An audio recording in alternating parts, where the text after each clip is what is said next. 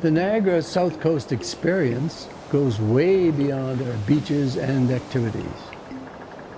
Our lighthouses are an experience in themselves.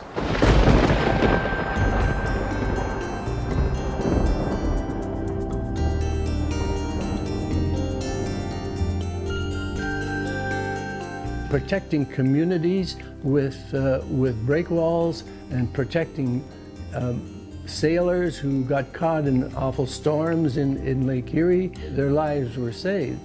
Lake Erie still had a great number of shipwrecks in its history.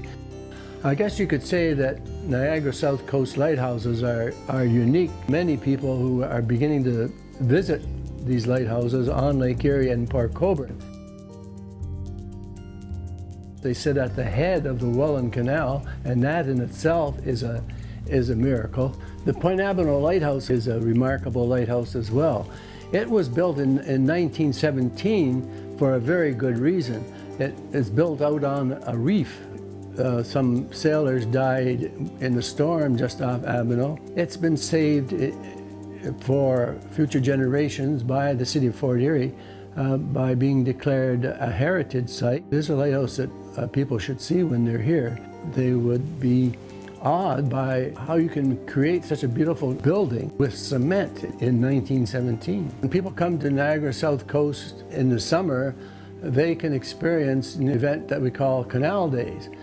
What's being celebrated is just about everything related to the seas. We have two lighthouses there that most people haven't learned about because they sit offshore about a half a mile. And we have organized a group to transport people by boat to these lighthouses, and they find them a wonderful experience.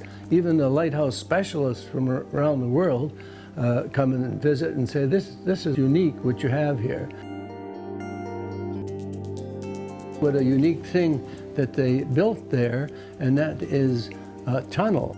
It runs from one lighthouse to the other lighthouse, and that's a half a mile further out into the lake. That will become of interest to tourists to walk through that tunnel to see if they're brave enough to do it. And I'm sure most of them will, because it'll be very safe.